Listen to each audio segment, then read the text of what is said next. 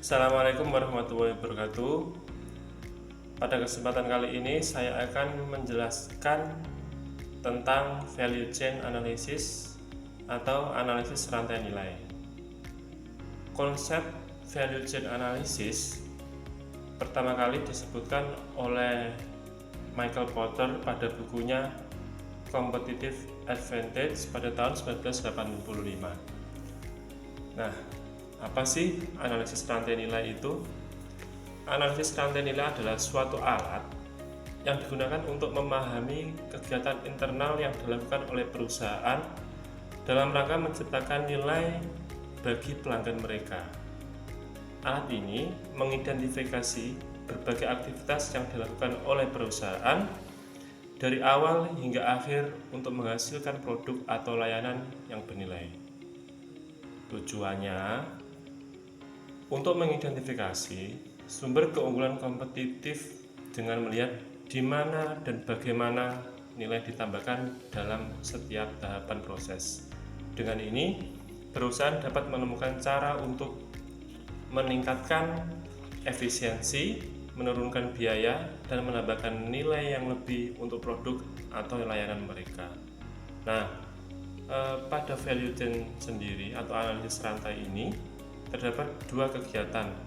Yang pertama yaitu keunggulan kompetitif dan yang kedua ada diferensiasi. Nanti pada selanjutnya akan kita bahas. Sebelumnya, komponen apa saja yang ada pada analisis rantai nilai ini sendiri? Yang pertama, pada aktivitas utama terdapat aktivitas inbound logistik, yang kedua operation, yang ketiga outbound logistik, yang keempat marketing dan sales, yang kelima yaitu service. Kemudian pada aktivitas pendukung terdapat firm infrastruktur atau infrastruktur perusahaan. Yang kedua ada human resource management atau manajemen sumber daya manusia. Yang ketiga teknologi development atau pengembangan teknologi. Dan yang keempat atau terakhir procurement atau pengaduan. Nah, mari kita bahas satu persatu terkait aktivitas utama pada kegiatan value chain analysis. Yang pertama yaitu inbound logistik atau logistik masuk.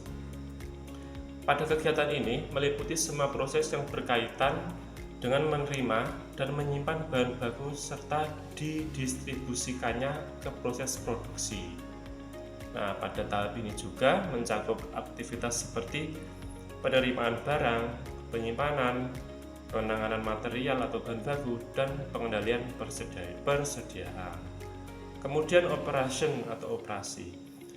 Setelah bahan baku masuk kepada tahap produksi, tahap selanjutnya yaitu operation.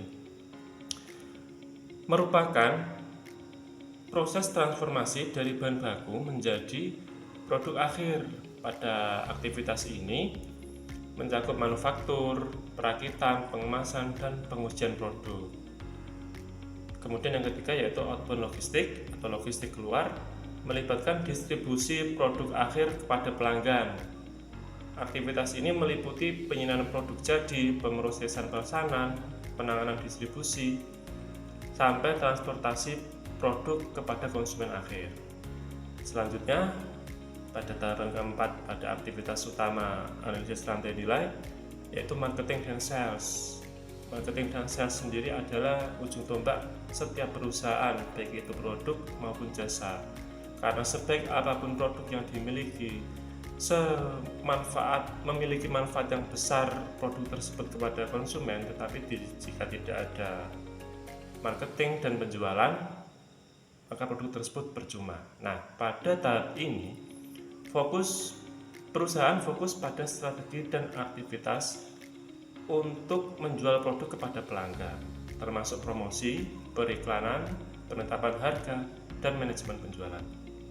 Yang terakhir, pada tahap ini service atau layanan yang diberikan perusahaan kepada pelanggan ditujukan untuk mempertahankan atau meningkatkan nilai produk setelah dijual. Dalam hal ini bisa disebut customer relationship management atau hubungan timbal balik pelanggan. Pada kesempatan yang lalu kita sudah mempelajarinya. Nah, pada aktivitas ini terjadi aktivitas seperti layanan pelanggan, perbaikan, garansi, dan dukungan teknis. Selanjutnya, aktivitas pendukung. Apa saja yang ada di aktivitas pendukung? Yang pertama, infrastruktur perusahaan. Nah, ini meliputi fungsi manajemen umum, perencanaan, keuangan, akuntansi, hukum, bahkan hubungan pemerintah yang akan mendukung seluruh aktivitas utama. Kemudian ada manajemen sumber daya manusia atau human resource management. Ini meliputi perekrutan, pelatihan, pengembangan, dan kompensasi tenaga kerja yang diperlukan untuk mendukung aktivitas utama dan aktivitas pendukung. Yang kemudian yang ketiga ada pengembangan teknologi.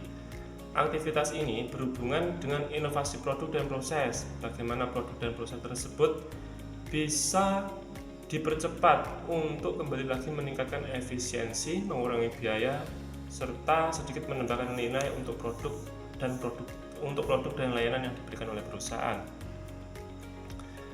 Yang terakhir, pada aktivitas pendukung analisis rantai nilai terdapat pengadaan, meliputi proses memperoleh bahan baku, perlengkapan, dan input lain yang dibutuhkan dalam proses produksi. Nah, tadi sudah disebutkan bahwa ada dua strategi yang bisa dilakukan pada aktivitas ini. Yang pertama yaitu keunggulan biaya, dan yang kedua adalah diferensiasi. Keunggulan biaya sendiri, perusahaan dapat mencapai keunggulan biaya dengan menyederhanakan operasi untuk mengurangi biaya. Ini dapat dilakukan melalui efisiensi produksi, pengelolaan inventaris yang baik, dan negosiasi harga yang efektif dengan pemasok. Sedangkan pada keunggulan diferensiasi atau strategi diferensiasi dapat dicapai dengan meningkatkan fitur produk atau layanan yang bisa menonjol di pasar.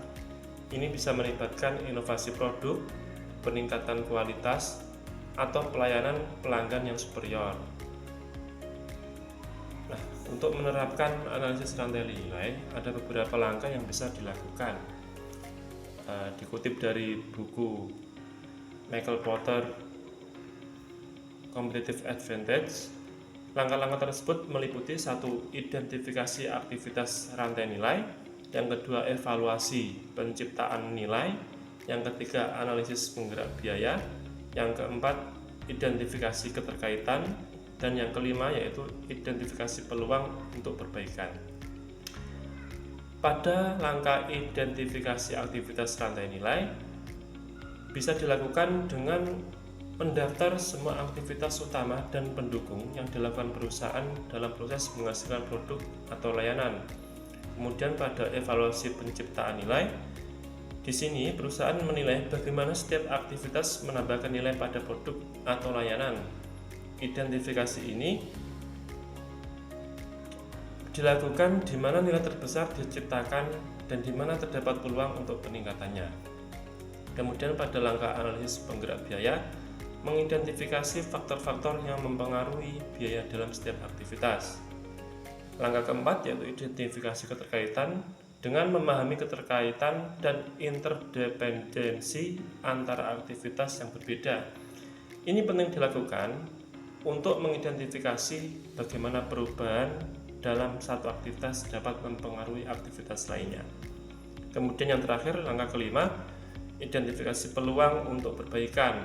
Di sini perusahaan harus bisa menemukan area untuk dioptimalkan atau diinovasi dengan cara melibatkan penerapan teknologi baru, bisa restrukturisasi proses, atau meningkatkan kualitas produk dan layanan. Nah, setelah itu semua, kesimpulan pada materi ini terkait analisis rantai nilai bisa dikatakan bahwa analisis rantai nilai membantu bisnis memahami di mana dan bagaimana nilai diciptakan dalam proses operasional perusahaan dengan mengidentifikasi dan menganalisis setiap aktivitas perusahaan dan menemukan cara untuk meningkatkan efisiensi, mengurangi biaya, dan meningkatkan nilai bagi pelanggan. Sekian presentasi dari saya. Assalamualaikum warahmatullahi wabarakatuh.